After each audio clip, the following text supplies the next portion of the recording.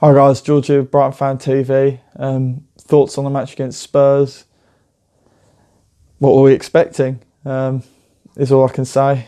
The lineup, just like to point out that I nearly got the lineup spot on in my pre-match lineup. It was a nice lineup. I thought it was fresh. It was nice to see something fresh. Change it up. Gross has a rest, Murray has a rest, but whether he was rested or dropped, that's point of contention. But I think we started bright. We started really nice and bright. Looked up for it. Kyle was on it from the first whistle. I thought it was really nice to see him back in the team. Whether that role of similar to Gross's role, that centre attacking midfield role, is a permanent one, that'll be interesting to see how he fits in. But I thought it was good to see him back, and good to see him back in form as well, like playing well off of injury. Schletto had a lot to prove, but I did say I'd rather have Schletto than Bruno in that right back role for tonight. Just give Bruno a night off, have a bit of rest, and also to keep pace with the Spurs team. There were a couple of early chances for Spurs. We had a couple of early chances. Spurs thought they were in for a penalty shout in that first half, but Duffy got all of the ball. No pen, categorically. I think the important bit is the goal. Right up until the goal, the whole time I found myself clock watching, looking, oh God, we've held out for a quarter of an hour at least. We've held out for 20 minutes. Can't believe it. Half half, I can't believe it. Even if we didn't have many chances, 0-0, I was elated. And then the goal went in, and let's be honest, it wasn't a goal you wanted to concede, really. The original turn, the turn that did Izquierdo, was good. Izquierdo, the challenge was not good, and it was the challenge that, I'm not making excuses for the goal, but Lino's put his flag up, waving it. Matt Ryan has looked at the flag, and all he can see is Lino waving the flag. And by the time he spotted the ball coming in, it's gone straight over his head and he's flapping at it. Now, I'm not making excuses, but it was just a menagerie of things that have caused a goal.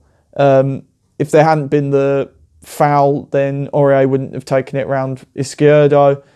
If there wasn't the foul, then Lino wouldn't have been waving the flag and Ryan would have been watching the ball. But even then, I don't know whether Ryan was tall enough to actually reach the ball. I really do think it was out of his reach, but it was a frustrating goal to let in at the time, especially really frustrating, because until that point we'd contained Spurs quite nicely, not just on feeling like we were on the back foot, like we looked comfortable at times, despite the fact that we had less than 30% possession a lot of the time.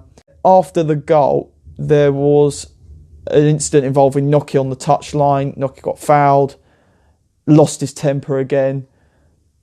And Houghton looked over him, turned round to him, dead straight as you like, get up, get on with it. And I'm wondering if there's some issues going on with Houghton and Noki, that maybe last week dropping Noki from the team wasn't actually to do with tactics and rest, and whether there's actually deeper set issues there. There's a couple of times on that touchline tonight when you could see Noki and Houghton having disagreements. Not good conversation. It didn't look positive. I like Noki as a player. He's one of my favourite Brighton players, but there needs to be something worked out there. And thinking about it as a wider issue, I think Noki loves direct play. He loves running, and this season it's just not been our time to play that style of football. We're playing very, very reserved, play out from the back football. Very defensive, and it's just not Noki's style of play. And I'm wondering if it's now becoming a point of contention that his style of play isn't fitting what Houghton wants to play this season. But I'd like to see that resolved quickly. I really would. Because it's not good to see when you can see the managers and the players having disagreements on the pitch, on the night. That's not what you want at your club. It really isn't. Last thing I'm going to say on the first half, and I feel like I say it every single week, and just to make sure that I am right, I've now started checking statistically that I'm not imagining it. But we seem to give the ball away far too easily. Wayward passes again. And I check that it's not just that Spurs were a high quality team. Last week against Huds, it was 60% pass accuracy, I think I said in my last video. That first half alone, 55% pass accuracy. We're nearly giving the ball away 50% of the time we're making a pass. It's just not up to scratch. We've got to sort that out. Like, really sort that out. That's something you'd like to sort out on the training ground at least. And that a lot of the time we're getting undone by that. We're inviting pressure onto ourselves that isn't necessary, especially the style of play that we're playing at the moment. If we are going to sit defensively and then work on the counter-attack and play out from the back, we've got to be able to hold the ball at least. And I mean, it seems to be getting worse. I mean, the fact that obviously I expect us to perform a little bit worse against Spurs, but the pass accuracy, Spurs pass accuracy was 80% tonight. I mean, come on, we've got to sort that out early. It really is something that's got to be worked through, especially if we want to start winning our games, especially on the attack. We really do. Came out in that second half, I thought we looked like we had a bit more belief about us, a bit of commitment. And at the end of the day, we were only a goal down. Like, we did have a couple of chances. And I thought Hemed played a lot better tonight. I really do. I think he looked on the ball.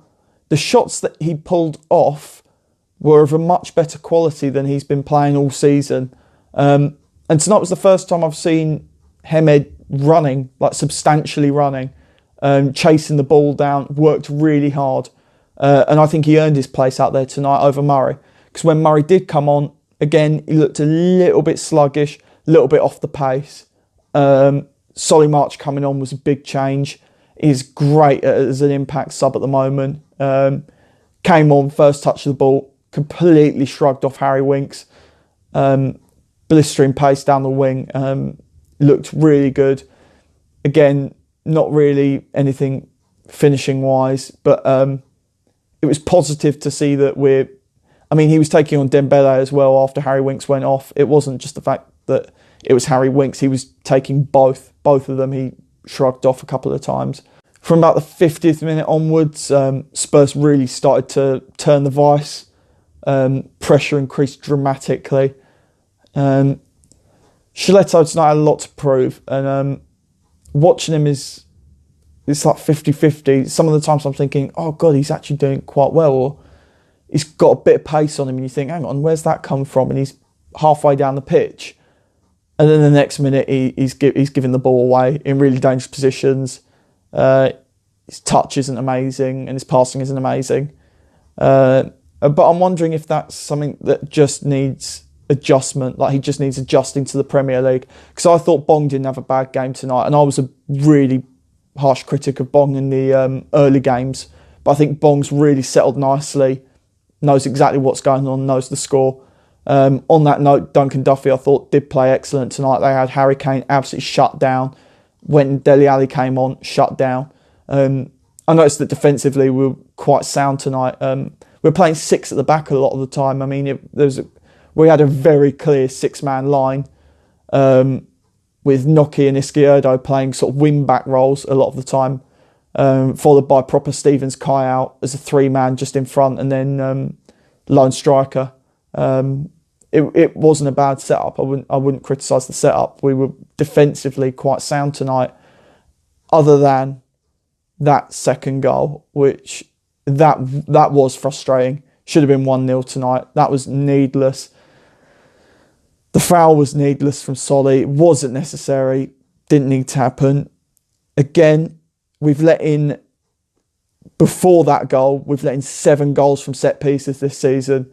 That was number 8, and that is getting too high. That needs to be, we've got Duncan Duffy in the box. We shouldn't be letting in set pieces. We really shouldn't. And the ball came in, and Son, who in the preview I said was going to be the danger man, more so than Harry Kane, Son was going to be the problem. And made a nice change for it to be near post, didn't it, rather than back post. And it was proper. Proper was caught ball watching, and Son just nipped right in front of him in, because they were hungry for goals tonight. Son and Kane were desperate for a goal. It was needless. It was like we fell asleep a little bit. It was like, oh, that's all right, 1-0, we'll take that. And we weren't really up for it. We fell asleep, and that was frustrating.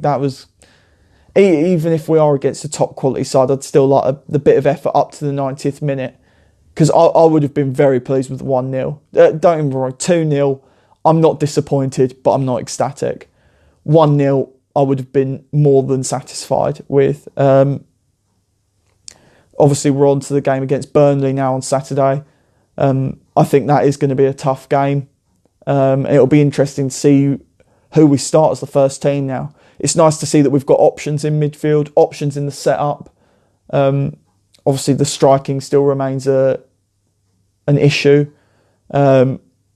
But it gives us something to play with, and it'd be interesting to see how Houghton sets that up against a Burnley side. This has been George for Brighton Fan TV, and we'll see you Saturday.